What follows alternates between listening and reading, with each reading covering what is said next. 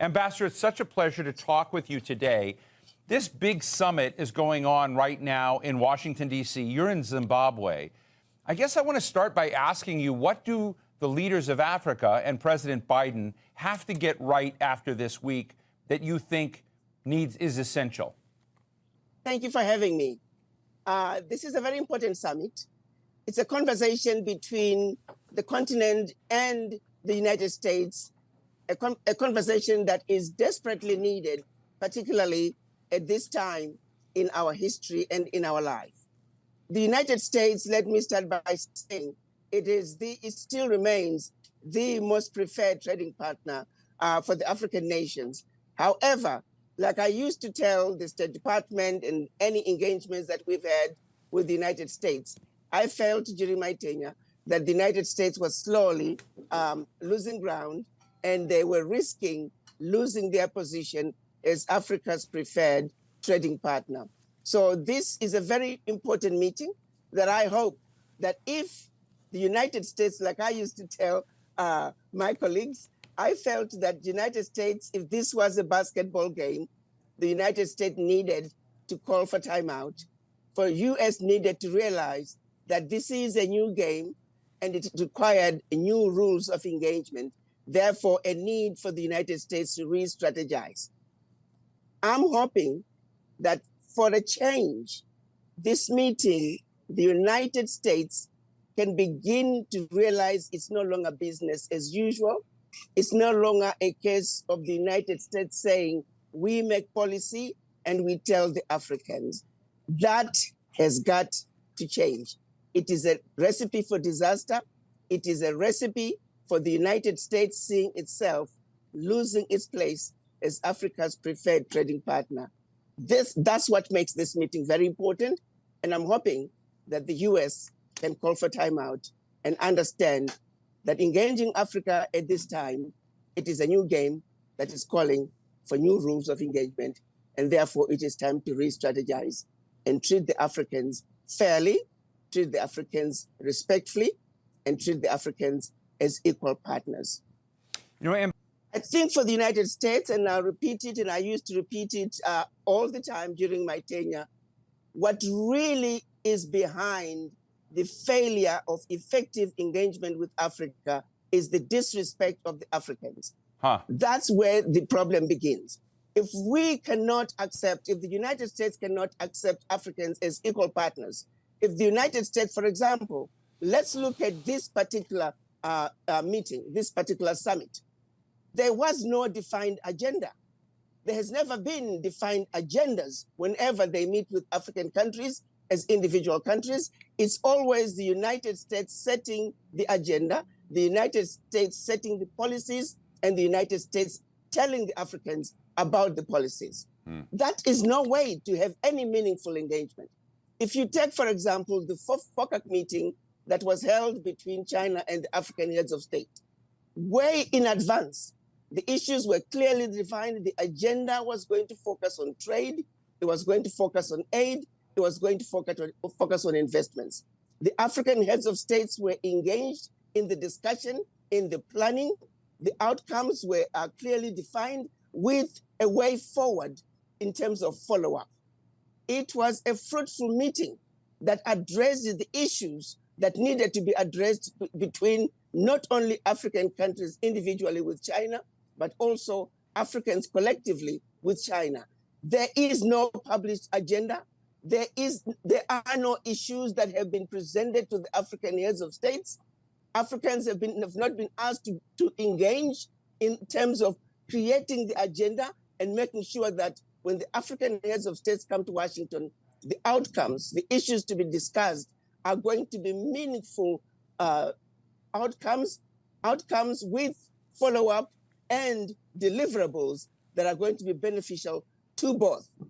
It remains a one-sided conversation with the United States telling the Africans the agendas and the policies. The Africans are not on the table to discuss issues pertaining to us, wherein lies the problem. And the reason that continues to be the case, what underscores that is the disrespect for Africans. I repeated it, I complained about it repeatedly. It is a serious problem. The United States must understand that Africans are not going to take it anymore. If you don't treat the Africans fairly, United States is going to see itself slowly losing ground to China, to Russia, to all other nations, because without respecting the Africans, without treating the Africans as equal, without understanding that exploitation and abuse of Africa simply cannot continue, this meeting, this summit, is going to be yet another gathering with no outcomes, no deliverables until the next summit. I'm sorry, but the disrespect of the Africans is at the bottom of it all. Agenda for this meeting should have been set out in advance. Africans should be involved. Without the involvement of the Africans in these discussions, this is a useless meeting. I'm sorry, but that is the fact. What I'm hearing from you is, frankly, a lot of disappointment and a lot of pessimism about what may come out of this summit. Well, the point of the matter is already nothing is going to come out of it because it is a one-sided conversation. Right. Where is the agenda? The agenda should have been published way in advance. The African leaders should have been given an opportunity to also state their position so they can come up with an African position that can then be discussed alongside the American position. So the fact that it is a one-sided conversation, that is yet going to be another useless meeting with no outcomes. But again, I'm going to keep emphasizing the reason this is happening is because there is a disrespect for the Africans. There is a general feeling that we don't need to hear from the Africans. Their opinions do not matter. Wherein lies the problem. Why were the Africans not consulted? Why were the Africans not part of an agenda? Why was there not even an agenda like what happened during the FOCAC meeting with China? Those are some basic issues. No head of state. President Biden would not pick up and go to meet with any other leader in the world without an agenda. That simply doesn't happen. Right. So what makes the US think that they can engage African leaders without an agenda? Come to Washington, let me tell you what I want to do for you. Come to Washington, let me tell you what you need to do in your countries. That game is an old game. Right. It's not going to work anymore. To be honest with you, if I'm to speak the truth, I hope a lot of heads of states don't come because it is an insult. It is an abuse of the African leaders. It's a disrespect of the African leaders. Where is the agenda? Please respect the African leaders. Do unto them what you would want done unto you. So it's really a simple ask. Let me ask you a question. You mentioned China and how China approaches this. I'm interested in what China gets so right. But is there a blind spot there? Are there problems in the China-Africa relationship from your perspective? Let me just hit the nail in the head and deal with the 10,000-pound gorilla in the room. Yeah. Racism as well plays a very important part. The disrespect of the Africans also goes back to a lot of the people who work in the US government, not all of them, but there's a significant of them who automatically assume that Africans do not know what they're doing. Africans need help. Africans need to be told what to do. And racism is also at the bottom of it all. We need to address the individuals who are going to be visiting Africa, engaging Africa. They must understand that Africans are equal to them.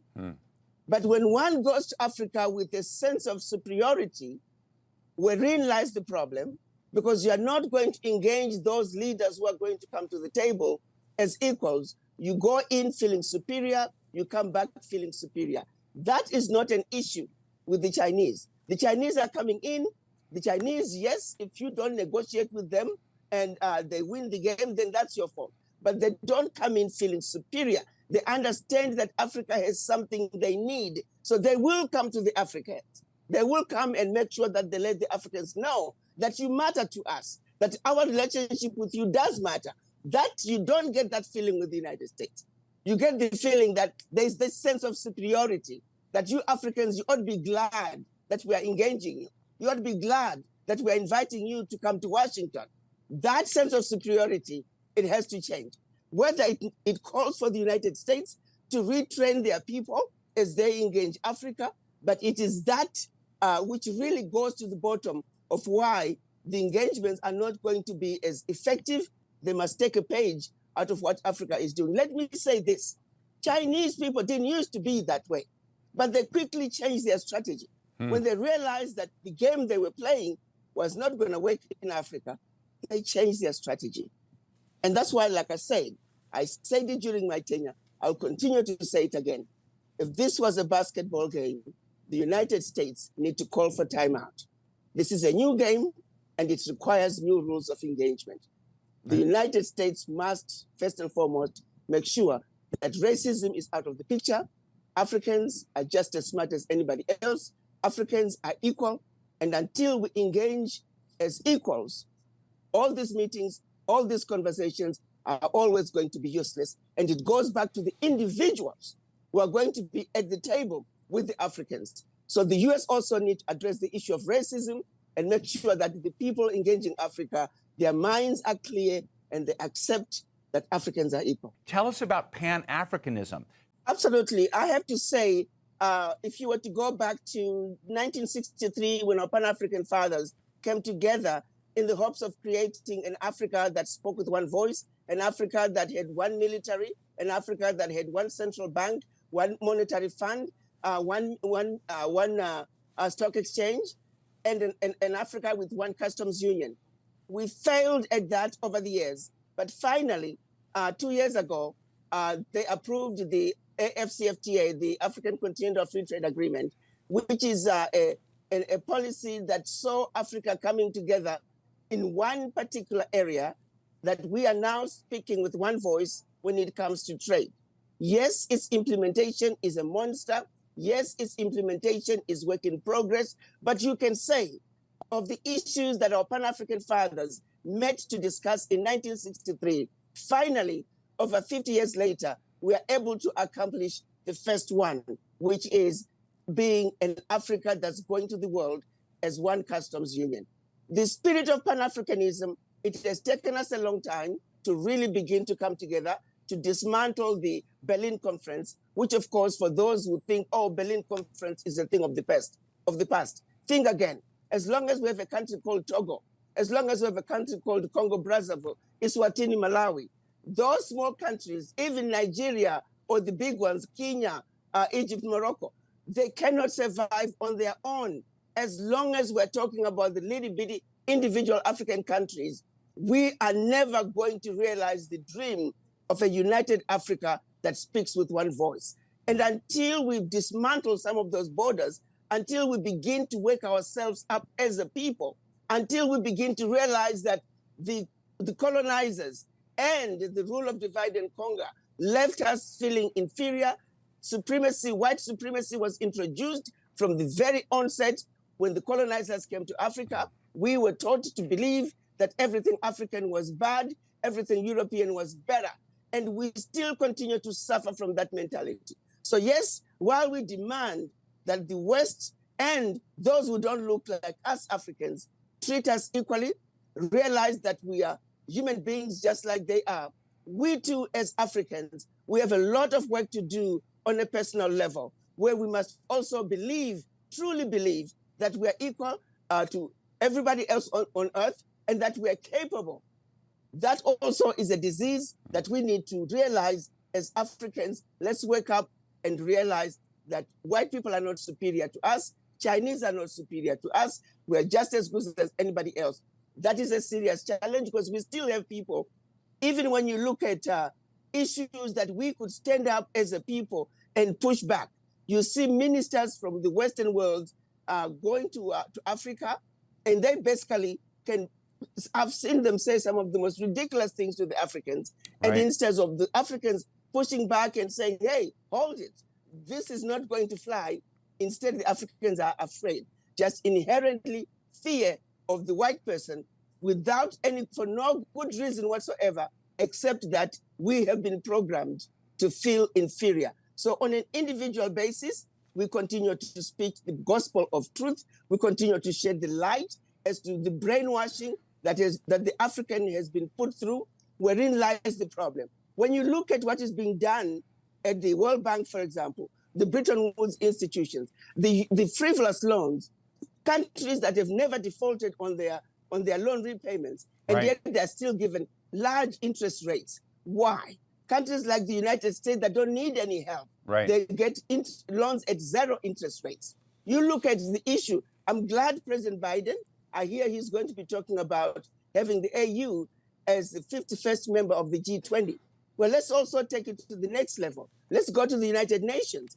Let's have Africa, 1.4 Right. billion people. They need to come to the table. Let's African Union be the 6th member of the 5-member UN Security Council. You can't just totally disregard 1.4 billion people because you've gotten away with it for centuries. Well, guess what? Game is over. Africans are waking up. Africans are beginning to realize and understand the game that have been played. Unfortunately, we don't have that critical mass of people who are continuously going to speak truth to power. Right. The good thing with the story of Africa is ours were coming from a position of righteousness, Right. a position of truth, a position of facts. Right. Those are constants. They don't change. Let's continue to give the world an overdose of our truth, but at the same time, while we are doing so and demanding a world that is fair, that is just, and free of Right. racism, bigotry, and hate, we must also work on our own development and our own awakening as a people. Talk to me a little bit about how Africa can take advantage of its intellectual connection and assets to entrepreneurs who have left but may want to help Africa back, because this is one of your major initiatives.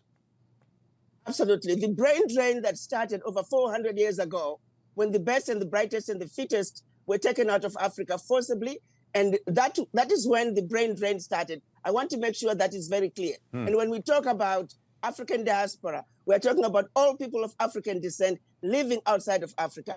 Let's be very clear. African Americans, they are Africans who were forcibly taken out of Africa, plus the continued brain drain, those who are later immigrants who left Africa running away from famine, from wars, in search of greener pastures. The end result is, as we speak, Africa has a serious deficit of expertise. Right. However, the good news for Africa is that we have a very young, intelligent, vibrant population that need opportunities. So when we can marry the age group of young, intelligent Africans with the expertise coming from the diaspora, we can see an Africa that can propel itself to take its rightful place on the world stage like it once was. So yes, the diaspora are an important component of Africa's development. Make no mistake about that. All the African leaders are fully aware of that. All the African leaders are in full support of coming up with programs to make it easier for the diaspora to move back. We want to look at diaspora who can come to Africa, not just focus on a country that you were born in, but if you are a person of African descent, Africa should matter to you. Africa should be your problem. You must own Africa's problems, understand it, and participate in the development of Africa. For when we have a stable Africa, it now also correlates with an African American who is anchored.